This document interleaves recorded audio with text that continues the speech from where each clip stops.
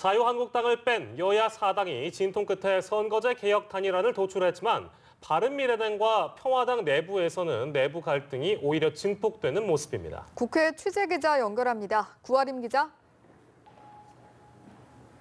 네, 더불어민주당 홍영표 원내대표와 자유한국당 나경원, 바른미래당 김관용 원내대표는 오전 비공개 회동을 가졌습니다. 어젯밤 한국당을 제외한 여야 4당이 선거제 개편 합의안에 초안을 만든 것과 관련해서 합의 내용과 향후 패스트트랙 절차 등에 대해 논의했는데요. 서로의 입장 차이만 확인한 채 별다른 결론 없이 약 40분 만에 회동은 끝났습니다. 나경원 원내대표는 회동을 마친 뒤 패스트트랙 제도는 국회 선진화법상 부득이한 경우에 하는 것이라며 선거제 개편안 합의에 강력 반발했습니다.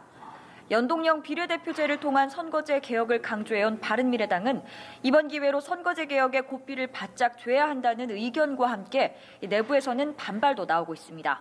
김관영 원내대표는 선거법에 관련한 협상은 어느 정도 마무리됐으며 공수처법과 검경수사권 조정법에 대한 당내 의견을 수렴할 것이라고 말했는데요. 반면 바른미래당 일부 원외위원장들은 선거법 논의에 민주당이 주장하는 개혁 입법을 끼워 넣어서는 안 된다며 패스트트랙 논의를 중단하고 원외위원장 총회를 소집할 것을 요구했습니다. 민주평화당은 당내에서 개편안 추인을 시도했지만 의결 정족수 미달로 불발됐는데요. 장병완 원내대표는 농촌 지역구가 많이 줄어들 수밖에 없는 문제에 보완이 필요하다는 의견이 나왔다고 밝혔습니다. 이런 가운데 한국당을 제외한 여야 4당 원내대표는 선거법 개편안 협의와 패스트트랙 절차 논의를 이어가기 위해 오후에 재차 회동을 가졌습니다. 네, 4.3 보궐선거가 한 달도 채 안 남았는데요. 선거가 치러지는 경남 통영을 민주당과 한국당 지도부가 나란히 찾았다고요? 네, 그렇습니다. 민주당 지도부는 오늘 오전 경남 통영에서 현장 최고위원회를 열었습니다. 최고위가 열린 곳은 통영의 옛 조선소 부지였는데요. 여기에서 이해찬 대표는 어떻게 하면 통영과 고성의 활기를 찾을까가 이번 최고위의 가장 중요한 목적이라고 말했습니다. 이어 조선업이 쇠퇴하면서 침체에 빠진 지역 경제를 살리겠다고 약속했습니다. 황교안 대표를 비롯한 한국당 지도부도 오후 통영에 모여 현장 최고위원회를 열었는데요.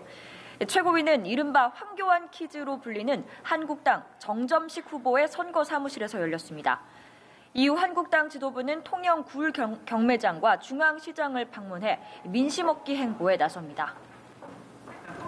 네, 오후에는 지난달 하노이에서 열린 2차 북미 정상회담 이후 외교부와 통일부가 처음으로 국회에서 업무 보고를 했는데 이 소식도 짚어주실까요?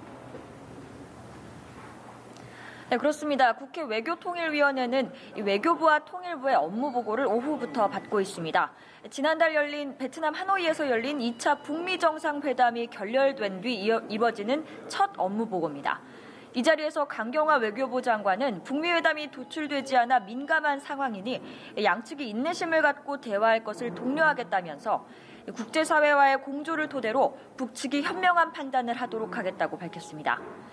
조명균 통일부 장관은 남북관계와 비핵화 선순환을 이끌어야 하는 중요한 시점이라고 강조했는데요.